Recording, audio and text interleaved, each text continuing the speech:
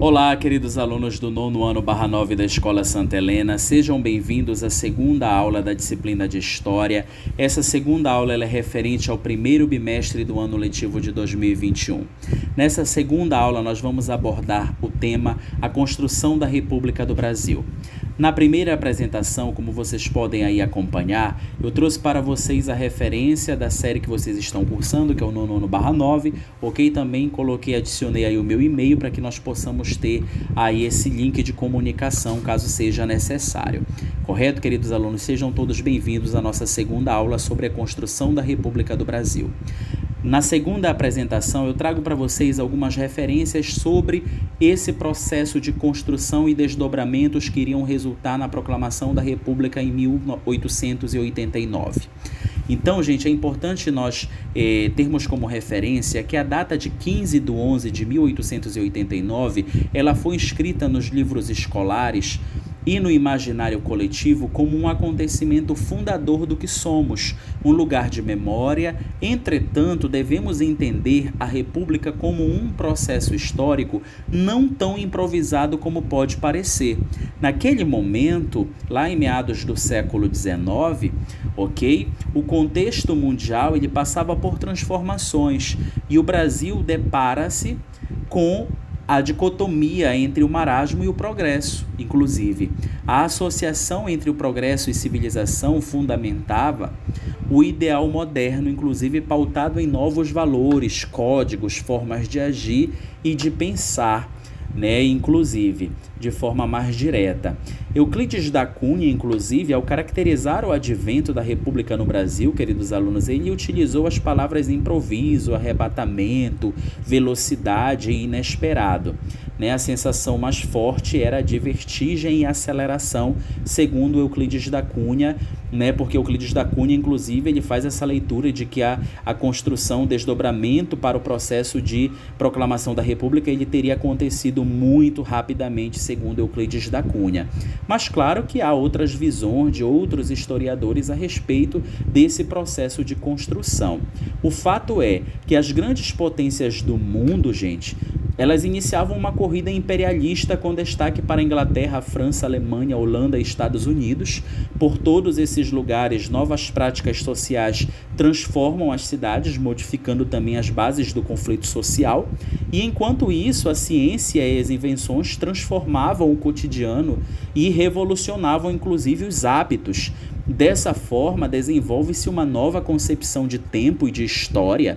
Dois polos são vislumbrados, um positivo representado sempre pela renovada conquista do progresso, e um negativo, por outro lado, representado pelo atraso e pela barbárie.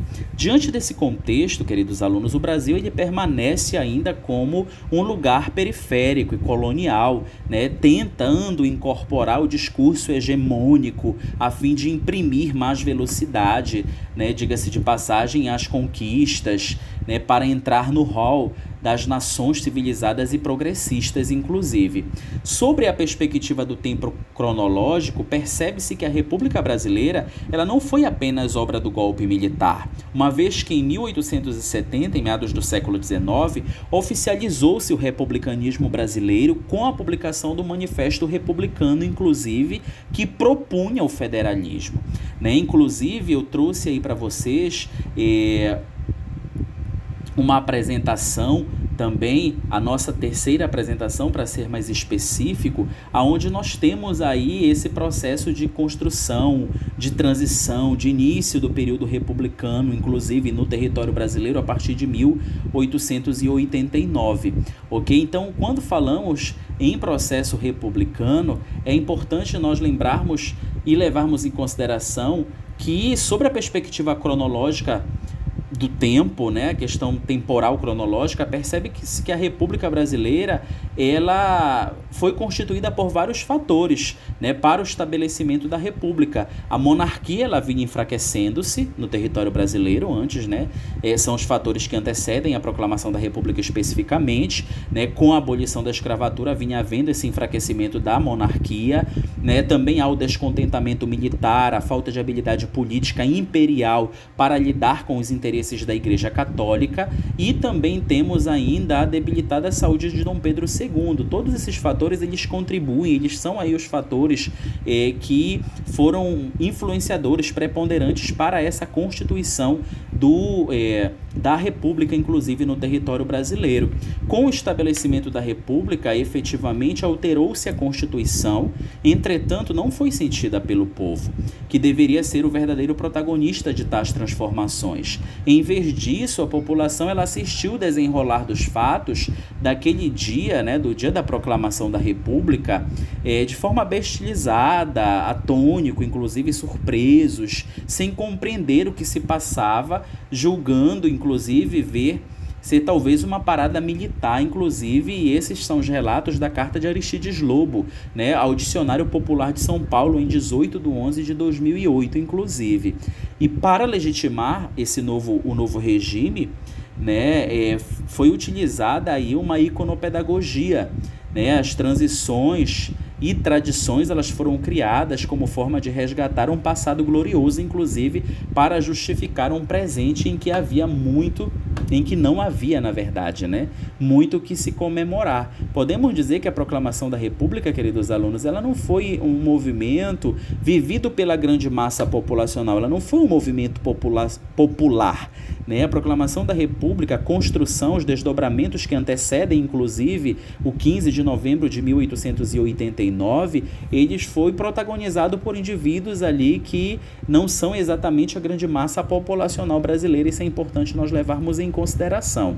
E aí, na nossa terceira apresentação, eu trago a vocês um esquema bem interessante que traz algumas características dessa primeira fase do republicanismo no Brasil, onde nós temos como principal ênfase, como vocês podem observar, durante a Primeira República, nós temos aí a política dos governadores, a questão da política do café com leite, onde o café era um dos principais produtos de exportação do Brasil para outros países do mundo. Nós temos uma república oligárquica, onde havia uma hegemonia de São Paulo e Minas Gerais. Nós temos o primeiro presidente sendo aí o presidente Prudente de Moraes, que também tem uma forte ênfase nesse período. Também temos durante o período, a Primeira República, o coronelismo, e nesse contexto do coronelismo, como vocês podem observar na lateral direita da tela aí da nossa aula de hoje, nós temos o clientelismo, o voto de cabresto, que foram ali estratégias utilizadas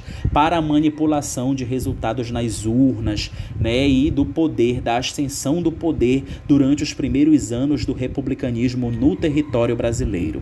Ok? Queridos alunos, espero que todos vocês tenham compreendido as abordagens que nós fizemos nessa nossa aula sobre a construção da República no Brasil, ok? A nossa próxima aula, a terceira aula da disciplina de História, vai ser sobre a proclamação da República efetivamente, é o nosso próximo assunto. Não esqueçam de deixar o seu joinha no nosso vídeo, de dar o seu like, adicionar o seu comentário para que nós possamos fazer as interações, ok? Lembrando, gente, que esse conteúdo também vocês encontram algumas referências e características no material didático, ok? Da disciplina de História do primeiro bimestre. Bom estudo a todos. Qualquer dúvida é só entrar em contato conosco por meio dos nossos meios de comunicação, ok? Até a nossa próxima aula. Fiquem todos bem. Cuidem-se. Um forte abraço.